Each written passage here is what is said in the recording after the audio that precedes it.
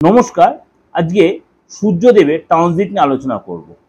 সূর্যদেব গতকাল অর্থাৎ 16ই জুলাই তার মিথুন রাশি ছেড়ে কর্কট রাশিতে প্রবেশ করেছে।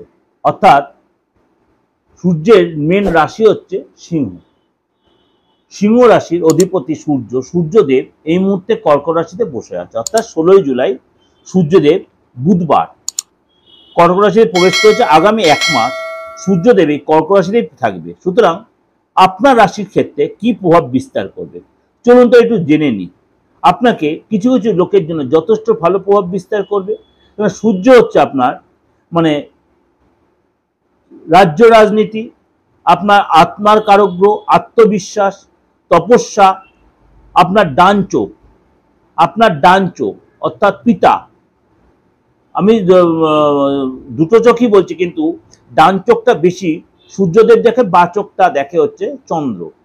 সুতরাং আপনার সরকারি চাকরি, আপনার এগুলো কিন্তু সূর্য যদি আপনার গ্রহচকে ভালো থাকে, গ্রহ আছে বা হাতে সিজে, তাহলে কিন্তু আপনি সেই জায়গাটা রেজাল্ট পাবেন। এবং আপনার এই সময় কি দেখা গেল, এই যে সূর্যদেব আগামী এক মাস কর্কট রাশিতে থাকবে, অর্থাৎ জলরাশিতে থাকবে, তার জন্য কিছু কিছু রাশি একটু সতর্ক থাকতে হবে। এই সময় কিছু কিছু রাশিকে যথেষ্ট স্ট্রং হবে। কোন কোন রাশির জন্য কিরকম 12 রাশির ক্ষেত্রে চলুন তো একটু জেনে নিই। কুম্ভ রাশি, প্রতিযোগিতামূলক পরীক্ষায় কিন্তু আপনার বিজয় প্রাপ্তি হবে।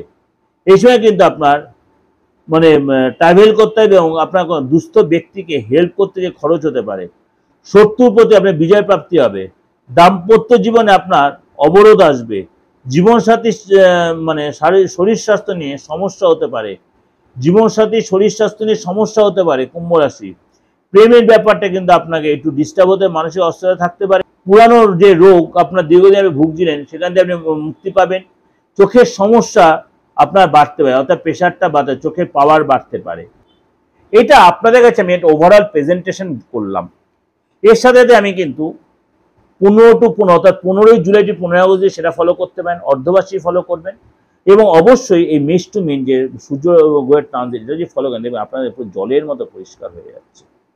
এরপরেও যদি দেখছেন আপনাদের কোনো জায়গায় অবস্ট্রাকশন, অবরোধ আসছে, নির্দ্বিধায় কারোর সাথে গিয়ে দেখান, তার কাছে হাতটা আগে দেখাবেন। তাহলে দেখবেন হাতে আপনার কোনো ফ্যাক্টর আছে যেটা নর্মাল কারোর কাছে গেলে হবে না। যে প্রপার হাতটা দিয়ে বিচার করতে জানে, সূক্ষ্ম রেখা যে বলে বিচার দিতে, তার কাছে গিয়ে আপনি প্রপার প্রেডিকশনে প্রপার রেমিডিয়াল মেজারমেন্ট করুন, আপনি এখান থেকে বেরিয়ে আসতে পারবেন।